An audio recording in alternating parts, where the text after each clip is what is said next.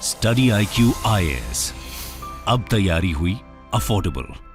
दोस्तों कहते हैं ना कि जालिम और कितना नीचे गिरोगे और हमें भी नीचा गिराओगे। अफगानिस्तान के लिए बात ही सच साबित होती रहती है हर बार, स्पेशली अगर हम देखें उनकी तालिबान रजीम के बारे में। तालिबान जब आए थे दोबारा, ये रजीम जिस तरीके से टेक ओवर हुई थी, उन्होंने ऐसा प्रॉमिस किया था कि बड़ा ही बिनोवलेंट सा और थोड़ा पीसफुल सा माहौल रहेगा और लेस रिस्ट्रिक्टिव रिजीम रहेगी।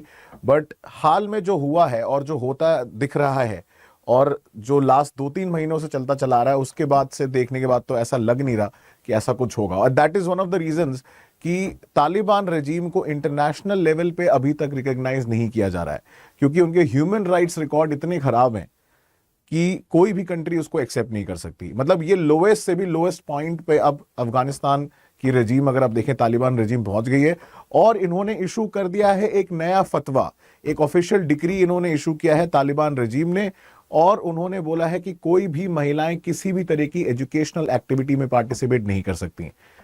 दोस्तों, मैं हूं दीपांशु सिंह, आपका एजुकेटर दोस्त। I am senior director here eight study IQ also, and मैं आपके लिए ऐसे इंटरेस्टिंग इंफॉर्मेटिव वीडियोस लेके आता रहता हूं। आज का लेकिन जो वीडियो है, हम इसमें women rights and feminist movements के बारे में भी बात करेंगे, और साथ साथ बात करेंगे कि क्या ये फतवा है, क्यों इशू किया गया है, क्या इसके ऊपर इंटरनेशनल रिएक्शंस हैं, इंडिया का क्या स्टैंड है इसको लेके, और आगे क्या अफगान महिलाओं के लिए इसमें ऑप्शन बचता है। तो ये इशू है रिगार्डिंग जो तालिबान ने फतवा इशू किया है, one of the lowest points हम कह सकते हैं अफगानिस्तान की हिस्ट्री की। मतलब आप देखेंगे एंशिएंट टाइम से, आप देखें महिलाओं के ऊपर इतने ज्यादा रिस्ट्रिक्शन लगा दिए गए हैं। पहले महिलाओं के पास बहुत ज्यादा आजादी थी अफगानिस्तान में, जो अब आप देख सकते हैं कि खत्म होती सी दिखाई दे रही है। तो तालिबान की जो नया रूल है, नया आप कह सकते हैं फतवा है, या जो एक टिरनिकल जो एक डिसीजन है उनका, डिक्टेटर की तरह उन्होंने इशू किया है कि कोई भी महिला जो है वो यूनिवर्सिटी में अब नहीं पढ़ सकती हैं। अब एक नया इंटरनेशनल कंडेमनेशन इसको लेकर ऑफ कोर्स हो तो होना ही था, और इससे जो वहां की सो कॉल्ड इतनी सारी जो एस्पिरेशनल महिलाएं हैं, लड़कियां हैं, उनका बिल्कुल फ्यूचर सडनली आप देखेंगे बिल्कुल ब्लैंक हो गया है। मैं बहुत बार अफगानिस्तान की महिलाओं से और वहां के लोगों से मिलता रहता हूं। Most of them come to India because India ने उनके लिए अपॉर्चुनिटीज बना के रखी हुई है, लेकिन वहां पे जो हाल है वो मतलब बद से बदतर होता ही दिख रहा है। तो पहले अगर आप देखेंगे अफगानिस्तान में तालिबान ने स्कूल एजुकेशन में बैन लगाया महिलाओं के लिए, बच्चियों के लिए, और अब यूनिवर्सिटी एजुकेशन पे भी बैन लगा दिया है as per the new order. तो हायर एजुकेशन मिनिस्टर जो हैं उन्होंने इसको अनाउंस किया, और उसके बाद फाइनली उनके ट्विटर के ऑफिशियल प्रोफाइल पे आप देखेंगे इसके बारे में बताया गया। तो ये फर्दर रिस्ट्रिक्शन है, क्योंकि जैसा मैंने आपको बताया कि जो लड़कियां हैं उनके लिए ऑलरेडी स्कूल एजुकेशन बैन कर दी गई है। सेकेंडरी स्कूल्स नहीं जा सकती, सिर्फ प्राइमरी स्कूल्स ही में जा सकती हैं, हायर एजुकेशन के लिए वो नहीं जा सकती। And despite promising a softer rule, जब इन्होंने रेजिम टेक ओवर किया था, ऐसा कुछ भी होता दिखाई नहीं दे रहा है। तो क्या कहता है फतवा? तो ये वहां के हायर एजुकेशन मिनिस्टर हैं, ये है वो फतवा जो उन्होंने इशू करा है। पश्तून लैंग्वेज अगर आप देखेंगे उसमें मेंशन्ड है।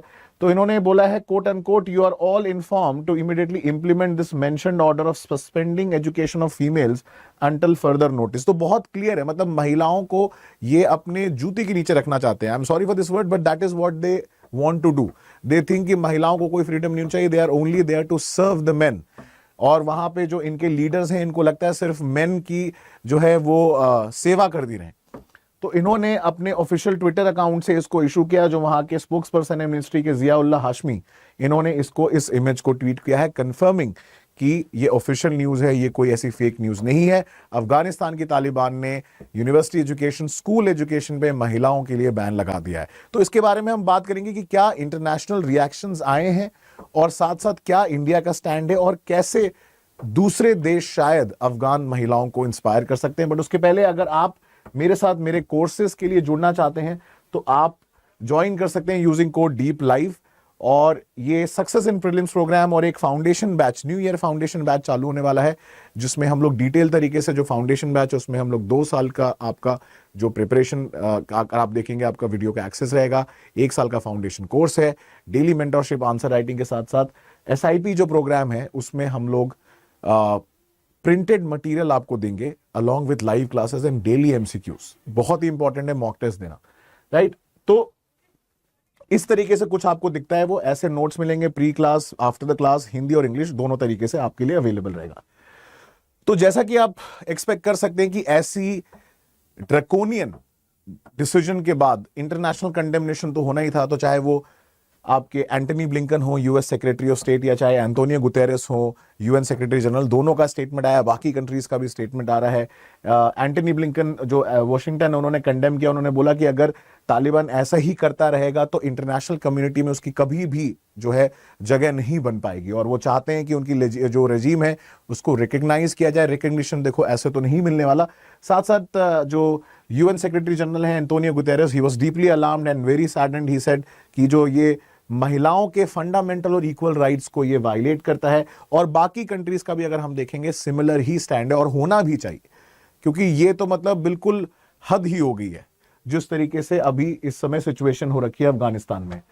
तो ये दर पदर आप देखेंगे ये कंटिन्यूअस ट्रैम्पलिंग है महिलाओं के अधिकार का। मतलब this is not something which is new. एक एक करके सारे जो इन्होंने प्रॉमिस किए थे तालिबान रजीम ने, सबसे ये मुकरते चले जा रहे हैं। पहले ये जो बैन लगाया है इन्होंने, इनफैक्ट कुछ महीनों पहले ही महिलाओं ने एंट्रेंस एग्जाम दिए थे कि ये लोग यूनिवर्सिटी जाएंगी, वहां पढ़ाई करेंगी।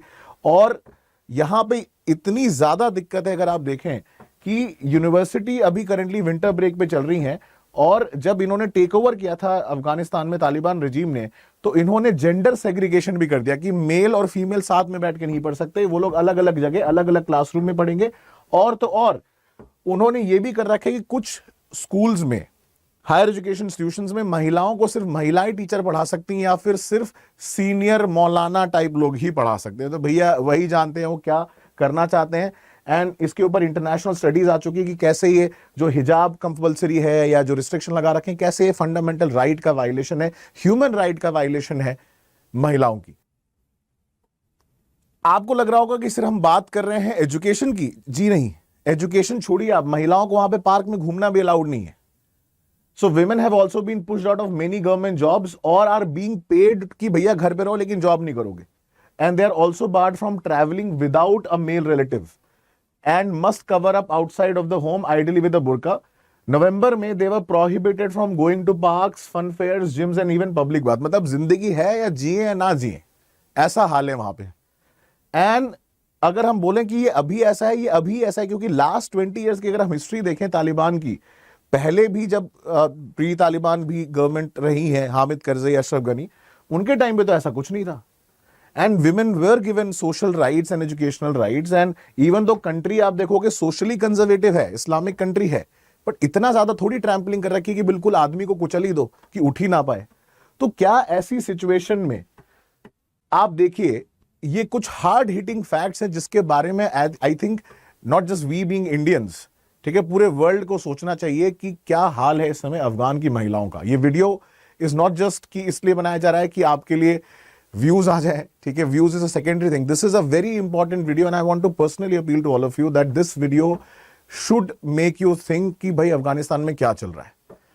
आप देखिए कि वहां पे अफगानिस्तान में जो महिलाएं हैं, ये हार्ड हिटिंग फैक्ट्स हैं जो आप सब लोगों को सोचना चाहिए कि जो महिलाएं हैं they are twice as likely to go to bed as hungry as boys. More than 45% से ज्यादा जो अफगान लड़कियां हैं they are missing out of school. 26% से ज्यादा जो अफगान गर्ल्स हैं they are showing signs of depression because of all of this. लड़कियां जो हैं they are compromised 88% of child marriages and comprises basically of 88% of child marriages in Afghanistan in last year. Women have lost their right to peacefully protest। Protest करोगे गोली मार देंगे, protest कर ही नहीं सकते आप। और जहां तक फ्रीडम ऑफ मूवमेंट की बात करें, बहुत ज्यादा रिस्ट्रिक्टेड है। जैसा मैंने अभी आपको बताया, वर्कफोर्स में आपको काम करना अलाउड नहीं है।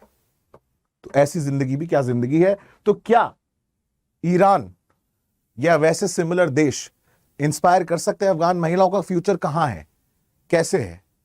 सो ईरान में जैसा अभी आपने देखा, महसा अमीनी के बाद जो वाइड स्प्रेड प्रोटेस्ट हुआ, महिलाएं सड़कों पे आ गई, उनकी पूरी रजीम हिल चुकी है इस समय, जिसके बाद उन्होंने क्रैकडाउन चालू कर दिया। जनरली ऐसा ही होता है आपकी जो थियोक्रेटिक स्टेट्स होते हैं। तो क्या वो महिलाएं इंस्पायर कर सकती हैं? शायद इंस्पिरेशन मिल सके इनको फेमिनिस्ट वेव ऑफ मूवमेंट से। तो अभी तक 4 वेव ऑफ फेमिनिस्ट मूवमेंट्स हम लोग देख चुके हैं। ये सोशियोलॉजिकल पर्सपेक्टिव से भी आप लोगों के लिए इंपॉर्टेंट है।